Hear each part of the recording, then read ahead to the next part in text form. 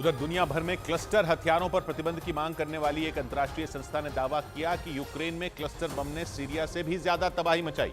Report में जानकारी दी गई कि यूक्रेन में साल 2022 में क्लस्टर बम से किए गए हमलों में 300 से ज्यादा लोग मारे गए और 600 से ज्यादा लोग घायल हो गए, जिसका मतलब यह कि क्लस्टर बमों ने यूक्रेन में भयानक तबाही मचाई।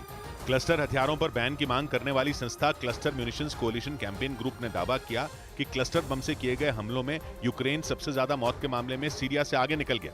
रिपोर्ट के मुताबिक यूक्रेन में 2022 में क्लस्टर बम से हमले में 300 से ज्यादा लोग मारे गए और 600 से ज्यादा घायल हुए, जबकि सीरिया में क्लस्टर बम की चपेट में आने से 15 लोगों की जान गई और 75 लोग घायल हुए। क्लस्टर बम एक ऐसा हथियार है जिसे हवा में दागने पर कई छोटे छोटे बम निकलते हैं जो भयानक तबाही मचाते हैं। सीएमसी की रिपोर्ट के मुताबिक रूस और यूक्रेन दोनों ने ही जंग में क्लस्टर बमों का इस्तेमाल किया। इधर भारत और नेपाल की बढ़ती नजदीकी से बौखलाए चीन ने दोनों देशों की बरसों पुरानी दोस्ती में दरार डालने के लिए अपने राजदूत को ही उतार दिया। बीते कुछ वक्त से चीन अपने राजनयिकों के जरिए नेपाल की राजनीति में काफी ज्यादा दखल दे रहा है, मगर इस बार तो नेपाल में चीन के राजदूत ने कूटनीति के सभी कायदों को धता बता दिया और काठमांडू में एक कार्यक्रम के दौरान नेपाल को भारत के खिलाफ खूब भड़काया ताकि नेपाल को भारत से दूर करके चीन उसे अपना मोहरा बना सके।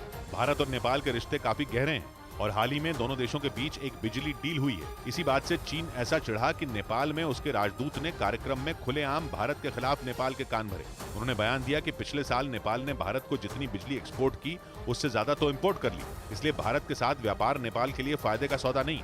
उस कार्यक्रम में नेपाल की संसद के स्पीकर भी थे, इसलिए चीन के राजदूत ने अपने देश को नेपाल का हितैषी दिखाने की कोशिश की। उधर चीन ने इंडोनेशिया में हो रही दक्षिण पूर्वी एशियाई देशों के संगठन आसियान की बैठक में नए शीत युद्ध की चेतावनी दे दी। वैसा ही शीत युद्ध जैसा अमेरिका और तब के सोवियत संघ के बीच करीब 50 साल तक चला था।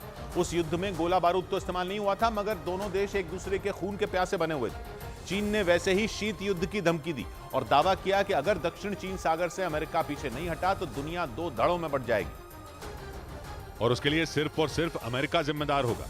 इंडोनेशिया में हो रही दक्षिण पूर्व एशियाई देशों के संगठन आसियान की बैठक में चीन ने दक्षिण चीन सागर में बढ़ते अमेरिका के दखल पर निशाना साधा और इशारों में यह भी साफ कर दिया कि अगर ये मामला ना सुलझा तो नया शीत युद्ध होना तय है और इसके लिए एशिया के तमाम देशों को अपना रुख साफ करना होगा। मतलब ये कि वो चीन के साथ हैं या फिर अमेरिका के साथ, जिसके बाद इस बात की आशंका जताई जाने लगी कि दक्षिण चीन सागर के मुद्दे पर एक बार फिर अमेरिका और चीन के बीच आर पार की लड़ाई हो सकती है। इस बीच यूएन में भारत ने आतंकियों का समर्थन करने पर बगैर नाम लिए चीन को घेर लिया। भारत में यूएन की प्रतिनिधि रुचिरा कंबोज ने चीन पर आतंकवाद पर लगाम लगाने के मामले में दोहरा रवैया अपनाने का आरोप लगाया और बगैर नाम लिए चीन को यूएन की सभा में आईना दिखा दिया। यूएन में भारत की प्रतिनिधि रुचिरा कंबोज ने चीन पर यह आरोप लगाया कि उसने पाकिस्तान में छिपकर बैठे कई आतंकियों को वैश्विक आतंकियों की लिस्ट में शामिल किए जाने से रोकने की कोशिश की, क्योंकि आरोप है कि पाकिस्तान में छिपे इन आतंकियों को चीन से ही मदद मिली। इसलिए जब जब भारत ने इन आतंकियों के खिलाफ आवाज उठाई, चीन ने यूएन में अपनी वीटो पावर का इस्तेमाल कर उन्हें बचा लिया। हालांकि यूएन में भारत की प्रतिनिधि रुचिरा कंबोज ने इस दौरान कहीं भी चीन का नाम नहीं लिया, लेकिन इशारों में उन्होंने ये साफ कर दिया कि इन आतंकियों को बचाने की साजिश चीन और पाकिस्तान नहीं रची।